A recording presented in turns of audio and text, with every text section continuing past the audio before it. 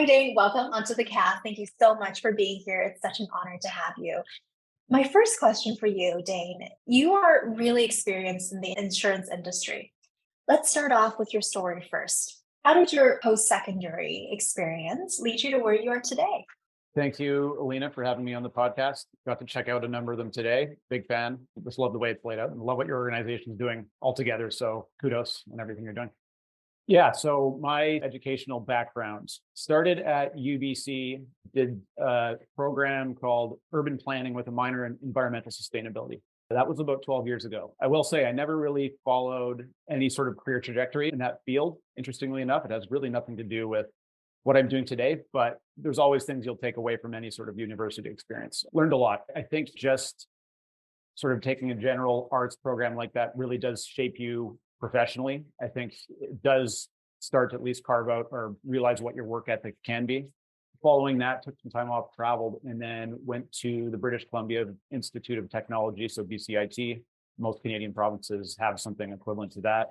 And I did the financial planning program, which is interesting. Two things. One, BCIT is intense. It's a lot. You take in 8 full-time courses at once versus a full-time platform being like 5 courses at once at UBC. So you're packing in 3 years of work into 2 years essentially for the diploma program. So in the first year, the financial planners, the insurance agents, and accounting and finance are all under one umbrella. They're doing the same courses. And then the second year, you specialize. From a practicality standpoint is what makes BCIT such a good experience. In my opinion, 2 times the amount of time spent in terms of UBC, but the end really shapes you into someone who's ready to dive into the workforce, which is kind of what you want to do. So I think for anyone who's maybe coming out of high school, for example, and you're asking yourself, what's the best possible way to prepare myself for getting a career level job? I think something like an institute like BCIT really puts you in a place where you can do that. For some people, I think they might not be ready to necessarily jump into something as intense as BCIT. I will say some of the first year students straight out of high school didn't probably have the expectation of how difficult it was going to be. So didn't necessarily make it through the full program, which is fine. I think having the time been in my sort of mid-20s, I was ready to put the time in and see what came of it. So that was sort of my experience there. Being in the insurance industry now, it's not directly tied to what I did in terms of financial planning at BCIT, but there's absolutely components of it that are things that I use in my everyday business related activities and things like that. So I know that you're experienced in all kinds of occupations right now. You're a specialist in the insurance industry, and you also write for Innovate.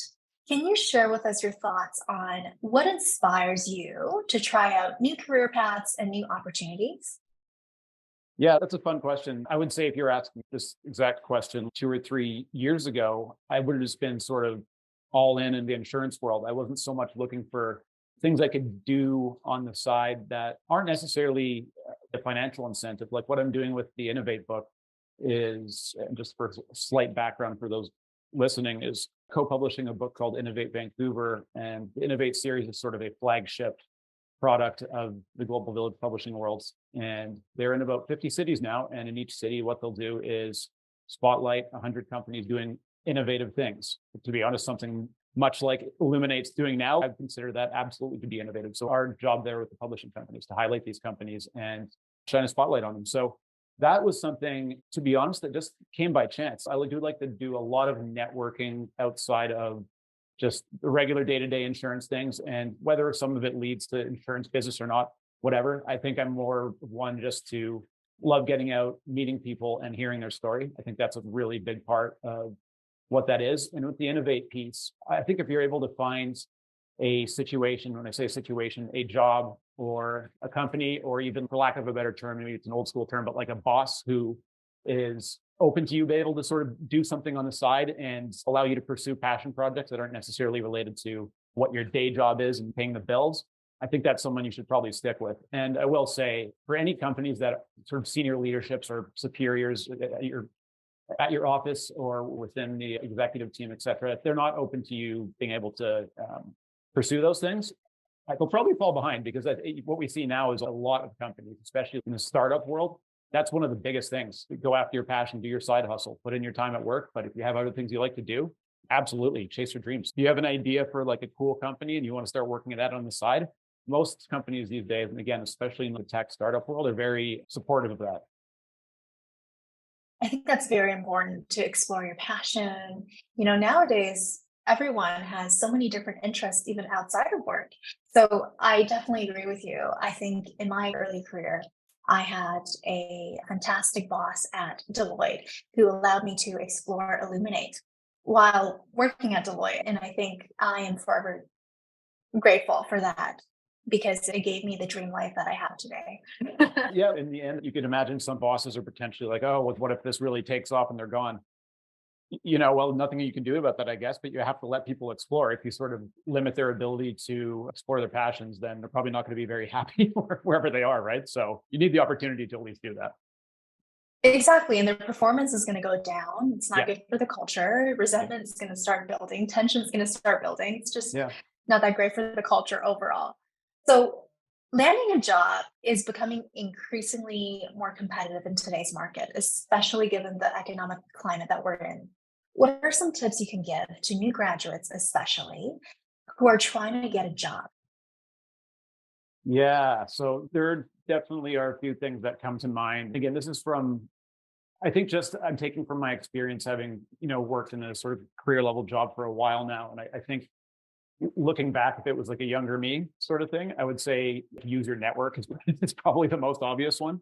Maybe it's not obvious. I don't know. Maybe if you're just coming out as a new graduate, you're not really sure where to go in terms of this. Use your network. I don't think I ever landed a job without knowing someone first that was related to that job or introduced me to it. I really don't. I've had so many part-time summer jobs and things like that. And it was always just by chance or someone I knew. When this isn't probably typical, but I really haven't had to do that many interviews, which is surprising in a sense. I always felt interviews to be more so like, here's a warm introduction to someone I know who might fit it. And it always felt like that conversation was going to be a bit more casual in nature versus a hardcore interview with these set questions and expectations and just making sure you're really much on point for the interview. I always felt like things were more casual. And that's because I use my network. And someone who knows someone, and makes it a little easier to get in there and have an experience that might land you a job. Another thing, and I think this is good because it sort of ties into what I do with the Innovate project, do a lot of research in terms of deciding what companies we want to chat with and sort of, to use the word interview, to see if it's a fit for the book itself. I absolutely do as much research on the company and whoever I might be talking to as possible. I think that's a really underrated thing. It's probably something you'd read if you were typing in this question and trying to find things on the internet. But for me, I think that's really an important piece. The more you know about them, the more they know that you care, and it shows that you truly do value what they're doing and you find it interesting. I think from their perspective, they want to be involved in something where they know they're wanted, right? It's not just sort of willy-nilly choosing companies and then being like, okay, tell me about yourself because I have no idea. I always ask that question, but I do know prior to asking it, right? So I think just to put that into perspective for your question, yeah, if you're going into an interview, read every single thing you can find on the internet. I think that's, to me, is probably the one that I would resonate most with. Just do your research on the company, because one, maybe you'll get a good opportunity during the interview to put in a really random nugget that you picked up on the internet. And it's like, whoa, that might surprise them. And I think that goes a long way because it's like a memorable thing, perhaps. And I think being memorable as well, for a job interview can go a long way. So I think those 2 points are the ones that come to mind for me. Doing your research is so important. Yeah. This reminds me, I oftentimes interview a lot of candidates for Illuminate, and sometimes candidates come to me and they ask me one question, and I just automatically know it's not a good fit because they didn't do their research. Sometimes candidates ask me, so Alina, can you tell me about what Illuminate does? So questions like that just indicate, wow, you didn't do research. You don't know what you're stepping into, right? Yeah. So absolutely. It's a very innocent question, but it's a question that can make it or break it. So going into the next question, the job market is constantly changing and evolving, especially with advancing technologies. For example, some of the jobs that existed 20 years ago don't even exist today. So this means adaptability is super important to develop. Can you tell us a bit more about how you've adapted in your career and any tips you have for young professionals to gain adaptability? Yeah, if you're not open, I think the biggest and most simple way to look at it, if you personally aren't open to changing your views on specific things, or you're not perhaps being as aggressive as you maybe should be in order to better get a feel for the landscape. If you were working at a company and would say they weren't really doing anything that was progressive or adapting to everything we're seeing technologically. Of course, every year it gets more impressive with what's happening. If you were with a company that was stuck in their times to an extent, I don't think they would attract too many people coming out of university right now. That's kind of what it is. If you are at a company that's doing stuff that is progressive and they're trying to automate their workflows, like a platform, say like Zapier is really cool. It basically takes like 5,000 integrations, puts them under one umbrella. And imagine having that knowledge and being able to bring that to a company where they're not necessarily doing some of these things. You're able to save, especially anyone who's superior to people sort of at a job level that's higher than yours, you're able to save them time in any way and just bring some of these things to the table and just learn generally what's happening and what some of these more impressive, maybe some of the bigger tech companies and some of the things they're doing. If you had the ability to learn about those things and then bring them to a company, help them with the rollout of that, help make employees and everyone involved with the company more understanding of why this is beneficial, it's going to save us time, and it's ultimately going to make the company more revenue. They're going to like you for that. So I think if you can really hone some of the things that are coming up these days, like some of these platforms and, even just knowing some of the add-ons that you have through Microsoft Outlook and things like this and being able to utilize those to make things quicker and a bit more seamless throughout your day, that's huge. And then generally some of the flexibilities that we're actually seeing. If you're someone who's looking to find a job and you're wondering what's out there, what sort of perks and things that companies offering, and again, that's a form of sort of adaptability on the part of the employer. I've never seen, doing employee benefits, I've never seen such amazing perks from every company. I don't know how they can get much better at this point, because if you're a mother or father, it's paternal leave, mat leave, top up with extended salaries. 4-day work weeks are becoming the norm for a lot of companies. If you want to work remote, you can. There's no question. If you want to be in New York, for example, and work somewhere and something like that, perhaps you could do that. There's a lot happening, I think, from both sides, like opportunities for students just graduating to learn things and bring those into a business. And if you are able to bring those in, and I can say from experience, having worked for in the past, specifically, people who are older than me, maybe 20, 25 years, and don't understand these technologies, when you're able to bring something game-changing to the plate, they will love you. Because it's everything. Now they're like, oh my God, how can you do that? It wasn't even hard potentially. Learn some of the basic stuff and that will go a long way, especially again, depending on who you're working for. So, Well, if an employee can save an employer time, well, time is money. That's the yeah. most precious thing ever. I love that. Last question for you. Can you share a general piece of advice for individuals who are trying to obtain their dream job? Yeah. I think I'll probably pull from you pieces of what I've said thus far. One thing is if you're already so passionate about something, that will shine through in the biggest way. If you don't properly prepare for an interview, that'll see that. But on the flip side, if it's your passion and you know everything there is to know about that company, it's going to go a really long way. I think if you're able to connect with someone who maybe works at that company, I'm sure that would go a long way too. If you had some friends and they're like, you got to check out this company, I think this would be such a good fit for you. Or if just you're one of those people who knows exactly what they want to do, which I feel like maybe is becoming more of a common thing. I can say, going back to my UBC days, I didn't know what I wanted to do. I did a program and I didn't pursue it. So I think people nowadays have a better and stronger idea at a younger age in terms of what they want to do. That's just sort of what I've seen. And I think they have a really clear picture in terms of what they want to do, which you're already ahead at that point, right? I think if you know what you want to do and you have the ability to research so many different companies, you have, again, use your network, talk to people you know, and find out everything you can about the workings of the company. Think about unique questions that might stump people, whoever are interviewing you, and just put in as much time as you possibly can to better understand the dynamics of that company. And hopefully if you land that interview and get a little closer to getting the job itself, everything else falls into place. Hopefully you like the culture. There's so many things. Even once you do get that job, there's still a whole bunch of other things that you're not really sure what it's going to look like. But in terms of advice, I think if you can figure out what you like to do sooner than later, that's a really good start. There's just so many amazing people who want to help. Find a mentor even, right? I think that goes a long way too. So yeah. You mentioned culture, and I want to explore more because I think oftentimes candidates, when they get into a job, let's say their dream job, Yeah. but they're not really exposed to what's actually happening on the inside of the company, the culture, which is so important. It can make it or break it. So, What tips and advice do you have for someone to perhaps learn more about the culture before accepting the offer? How can they learn about the culture before they accept the offer? Yeah. So, I mean, if you wanted to be really bold, LinkedIn is just great. You could add every single person. You could add many people at that company in LinkedIn and have a really frank conversation if someone's open to it, right? If you find the right person to chat with you about it, maybe that's a bit taboo on the company side. If you find an employee who wants to chat with you about it, that's probably one way that would be fantastic. And then two, this isn't my own sort of nugget, but this is something I got from my girlfriend's friend. It's a question she asks when she's going into an interview.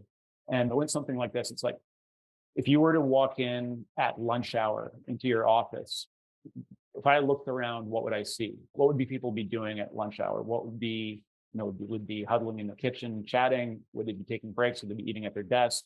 Would there be smiles on people's faces? It seems like a really telling question. Maybe one that I think if you asked to someone, if you were getting interviewed, I think would be like an awesome question to ask because I think that tells a lot about culture. But I also think if you have pointed questions to ask to the people that are interviewing you, I think you could really frame it in a way. I think culture to me is like how tight is a team. It's very different if it's a big, small, let's say medium to big size company, like 100 people plus in an organization, 100 staff versus a team like mine where we have 7. Culture, if you have a big tech company that sort of grows too fast and almost ignores the idea of what culture is, you hear these stories where companies make a lot of money, they raise money, and they get to this really high level echelon, they're doing well financially, but it's left behind the idea of what a good culture means. And I don't want to use the word toxic, but sometimes you do hear that word get sort of thrown around a little bit. So I think if it's not something that you have founders that really work on that from the start and create a very inclusive environment where they get feedback from their employees on everything, that's huge. The more feedback you get from your employees, the more they feel like a part of what you're trying to build. So questionnaires, even things like benefits, are you using these certain benefits, for example, putting together KPIs and figuring out how to apply those to the business to make it better. And then with a small business has to be tight knit or it just won't function because like comparing it to 100 people, if you have 5, one person out of that 5 is much more important in terms of the cohesiveness versus one person out of 100. So I think when you sit down with the interview for a company that's on the smaller side, I think you can really get a good feel just how tight the team is. Are they doing stuff outside of work? Do they enjoy each other's presence? What's the general atmosphere when you're at the office every day? I think those are the kind of things that will at least help make sure it's a positive environment to be in, right? I've definitely heard enough stories from people I've worked with where the environment's just not good. Well, what is it exactly? People aren't happy. That's usually what it is. So go somewhere where people are generally happy. Go to Glassdoor too. You can read reviews about companies and it's a little scary we can do that, but you can get information about people's feedback anonymously about their experience working with the company at Glassdoor. There's so many opportunities to sort of hopefully figure out that you're going to the right place before you actually make a commitment. If you get lucky enough to get the offer, of course. But yeah. Thank you so much for all the great advice, Dane, and thank you for coming on to the show today. My pleasure. That was a lot of fun.